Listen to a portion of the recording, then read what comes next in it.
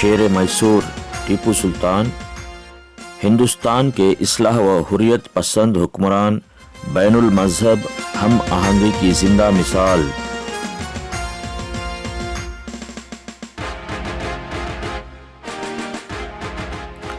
ٹیپو سلطان 20 نومبر 1750 عیسوی میں دیونہلّی میں پیدا ہوئے۔ موجودہ دور میں یہ بنگلور دیہی ضلع کا مقام ہے جو بنگلور شہر سے 30 کلومیٹر شمال میں واقع ہے۔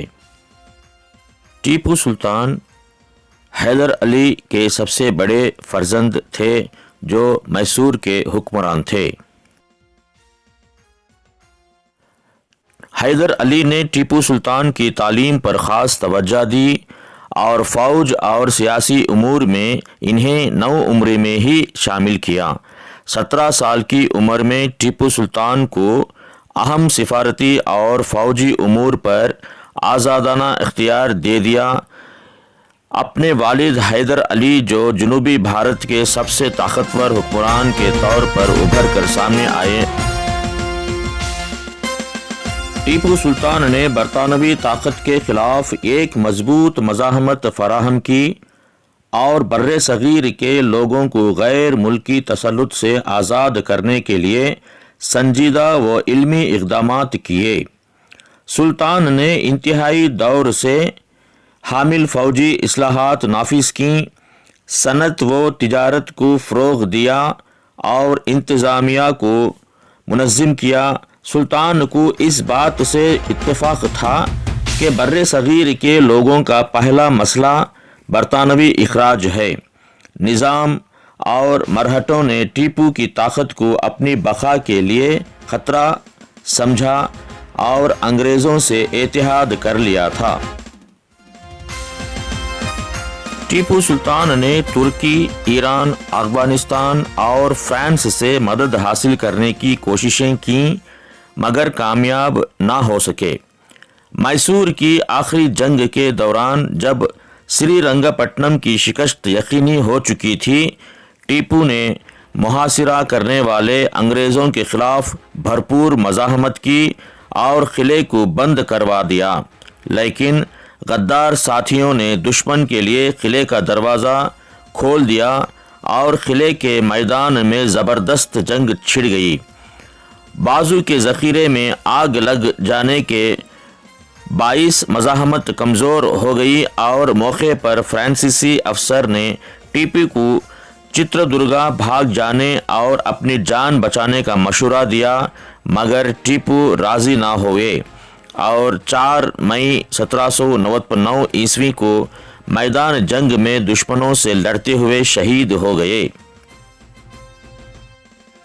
ٹیپو سلطان کی زندگی ایک سچے مسلمان کی زندگی تھی۔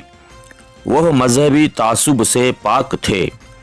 یہی وجہ تھی کہ غیر مسلم ان کی فوج اور ریاست میں اعلیٰ عہدوں پر فائز تھے۔ ٹیپو سلطان نے اپنی مملکت کو مملکت خداداد کا نام دیا۔ حکمران ہونے کے باوجود خود کو عام آدمی سمجھتے تھے۔ باوضو رہنا اور تلاوت قرآن آپ کے معاملات میں سے تھے۔ ظاہری نمو و نمائش سے دور تھے۔ ہر شاہی فرمان کا آغاز بسم اللہ سے شروع کیا کرتے تھے۔ زمین پر کھدر بچھا کر سویا کرتے تھے۔ شیر میسور ٹیپو سلطان کو عربی، فارسی، اردو، فرانسیسی، انگریزی سمیت کئی زبانوں پر عبور حاصل تھی۔ آپ مطالعے کے بہت شوقین تھے اور ذاتی کتب خانے کے مالک تھے جس میں کتابوں کی تعداد کم و بیش 2000 بیان کی جاتی ہے۔ اس کے علاوہ آپ سائنسی علوم میں خاصی دلچسپی رکھتے تھے۔ آپ کو بر صغیر میں راکٹ سازی کا موجد کہا جاتا ہے۔ ٹیپو سلطان ہر جنگ میں اپنی افواج کے شانہ بشانہ رہنے والے زمانے کے تمام فنون سپہ گری سے واقف تھے۔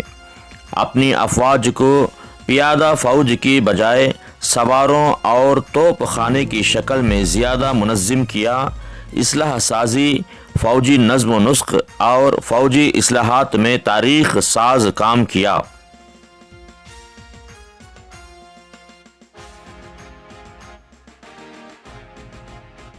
سلطنت خداداد میسور اور ایسٹ انڈیا کمپنی کے مابین ہندوستان میں لڑی جانے والی 4 اینگلو میسور جنگوں کے سلسلے میں مملکت فرانس میسور کی اہم اتحاد تھی۔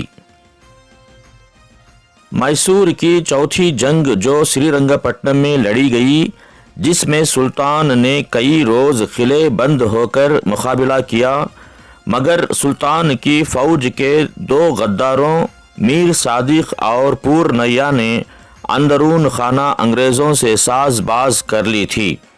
میر صادق نے انگریزوں کو سری رنگا پٹنم کے قلعے کا نقشہ فراہم کیا اور پورنیا اپنے دستوں کو تنخواہ دینے کے بہانے پیچھے لے لیا۔ شیر میسور کہلانے والے ٹیپو سلطان نے داد شجاعت دیتے ہوئے کئی انگریزوں کو جہنم وصال کیا اور سری رنگا پٹنم کے قلعے کے دروازے پر جام شہادت نوش فرمایا۔ ٹیپو سلطان کی عظمت کو تاریخ کبھی فراموش نہ کر سکے گی۔ وہ مذہب، ملت اور آزادی کے لیے آخری دم تک لڑتے رہے، یہاں تک کہ اس مقصد کی راہ میں شہید ہو گئے۔